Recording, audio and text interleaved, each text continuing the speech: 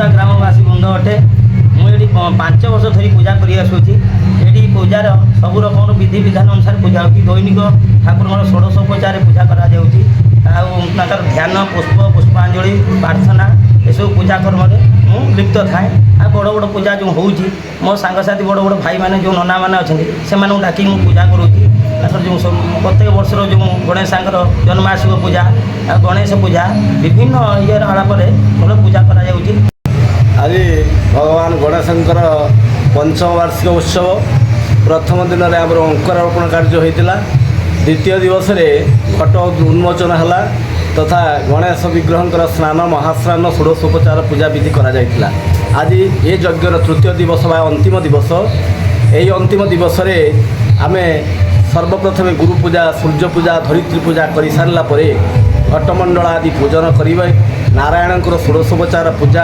एवं गणेशंकर सहस्रार्चन हवन तथा गीता पाठ रे अष्टादश अध्याय आम हवन कर यज्ञर पूर्णाहुति कार्य परिसमाप्ति करूँ। ओं एकदंताय विद्महे वक्रतुंडाय धीमहि तन्नो दन्ती प्रचोदयात्। यही श्री श्री गणेश महाप्रभुंकर यह हूँ पंचम वार्षिक महोत्सव। एठारे विगत 80 वर्ष धरी माटी मूर्ति पालन हो आसुला। गत 2021 मसीह बापा चिंता कले जी कि ध्रुवचरण साहू हाईस्कल हेडमास्टर चिंता कले यह गोटे महाद्रुमर मंदिर में परिणत करने 2021 मसीह आम यह गोटे प्रतिष्ठा कलु मंदिर में विराट गाय मंदिर होती बाहर आप देखिपारे ये हूँ पंचम वार्षिक महोत्सव। प्रतिदिन हजार हजार लोक जोग दौरान श्रद्धा मानक प्रत्येक दिन प्रसाद सेवन कार्यक्रम रही।